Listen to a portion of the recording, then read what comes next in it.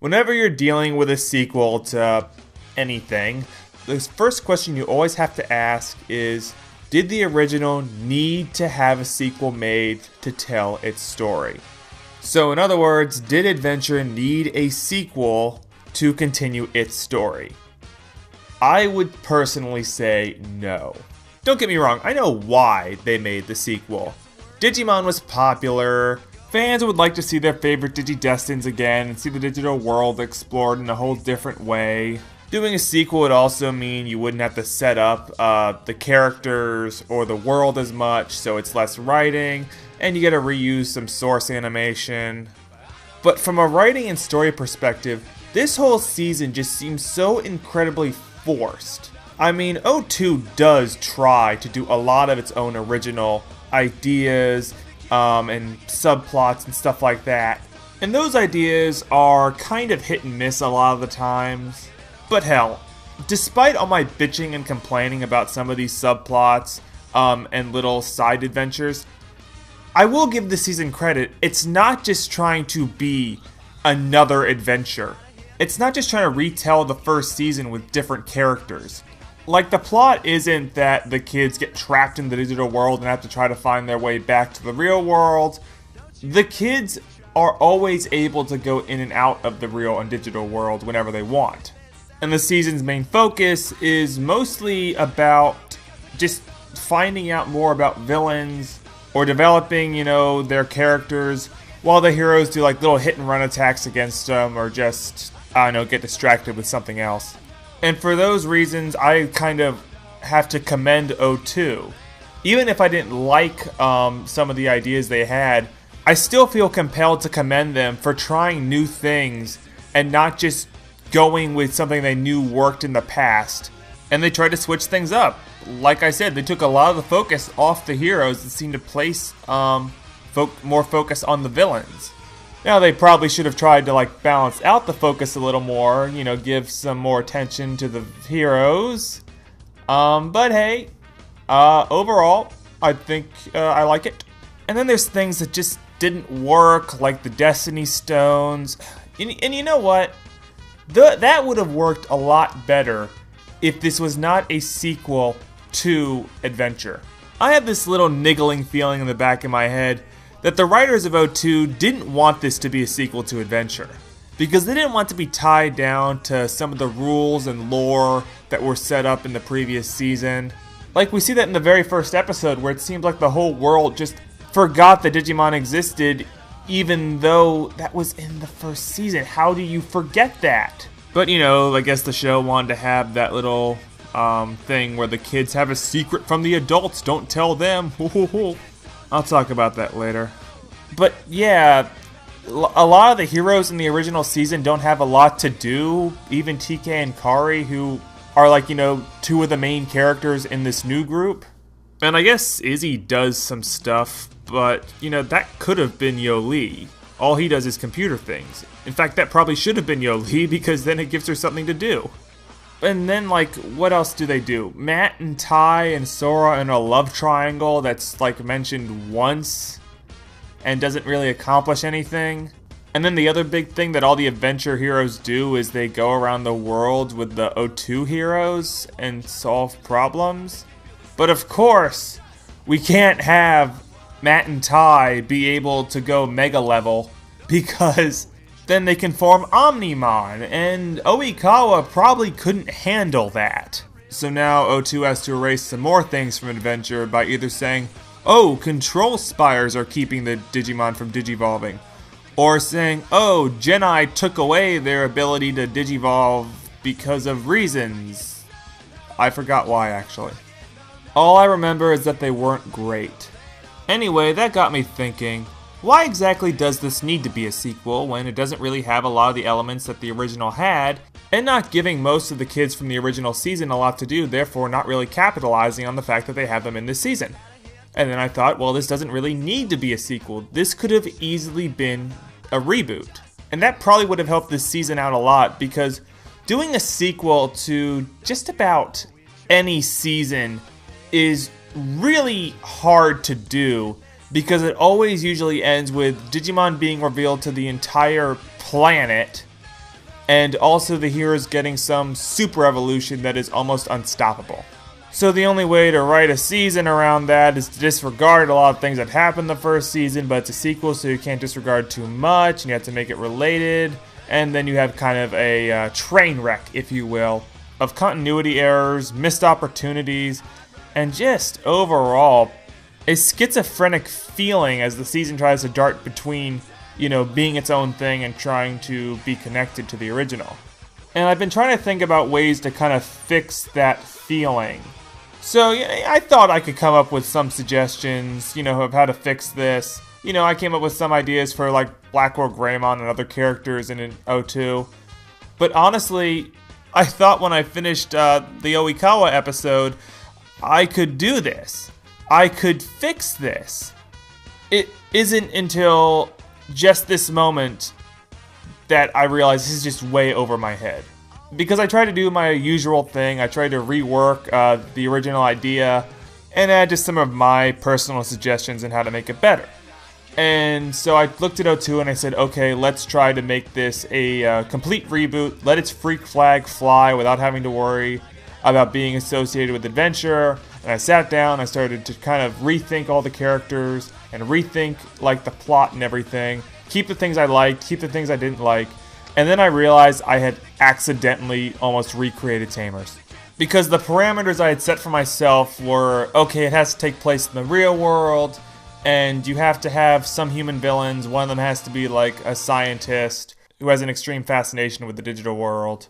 And then with my sort of mentality of, okay, let's keep the group small and stuff like that, it eventually started to resemble Tamers too much. So I had to set more parameters on my idea. So I put the parameter that it has to take place in the adventure world. It can no longer take place in its own isolated universe. No, it has to take place in this universe. And then it became incredibly difficult. Because I tried to make it, I hated the idea that everybody just simply forgot Digimon existed. So I had to try to make it that everybody didn't forget. They just became incredibly scared of Digimon. Because, let's face it, Digimon are kind of scary. Especially these ones. So then the government stepped in and said, oh, Digimon aren't allowed in this world, and if we catch them, then we'll put them in a giant facility or something, or put them on a little hard drive, I guess. But then the digital world picks Davis, Cody, and Yoli as the new Digidestin, and they're very hesitant and in fact fearful to take on this responsibility, because they've been told that the Digimon are scary, and in fact they remember the Myotismon event, which, had Myotismon almost basically kill them and drink their blood because he's a vampire. So originally they reject the role as, well, at least Cody and Yoli does. Davis, I would think, would wholeheartedly go for being the savior of the digital world, especially if it meant impressing Kari. But Cody and Yoli would oh, we don't want to have anything to do with Digimon. But then they meet their Digimon partners and they kind of win them over because they're cute or something. And that way you can have your main heroes have that kind of thrill of keeping Digimon a secret for the rest of the world. And also not have this sort of lampshading of all the events of adventure.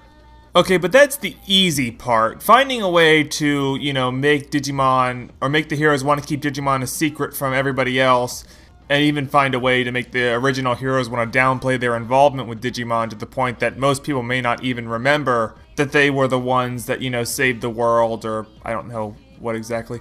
Anyway, that's the easy part. The hard part is trying to figure out what the hell to do with all these characters. I mean, I thought having 8 characters in Adventure was too much. Here, when you count Davis, Ken, Yoli, and Cody, you have 12. And I want to give each character something to do, so they don't just seem like they're dead space, or just some sort of fan service character who just makes a cameo every once in a while but doesn't do anything. So I tried to come up with some ideas. I came up with some. First one's obvious. Give Kari some sort of more relationship to the Dark Ocean, because that was something unique to her character. Heck, maybe give her and TK some sort of special relationship to Oikawa, because he's being possessed by Myotismon, and Myotismon probably hates those two more than anybody. I think I mentioned that already. The other idea was to play up the love triangle between Matt, Tai, and Sora a lot more, and then have that like cause drama in the group. Because think about it, if Tai, like in the original O2, Tai's cool with Sora dating Matt. He's moved on. But if he wasn't, I would think that would cause conflict between Kari and TK because, you know, it might cause like Kari and TK to see each other differently. Like, instead of Kari seeing TK, she sees, oh, that's Matt's brother. The one who stole my brother's girlfriend away and is causing my brother to be miserable and something. And then have TK be like, oh, Kari, that's Ty's sister, and he's trying to steal my brother's girlfriend away. It's something along that line, just to try to make that sort of love triangle relevant to the main heroes, and therefore make Ty, Matt, and Sora more relevant to the main heroes.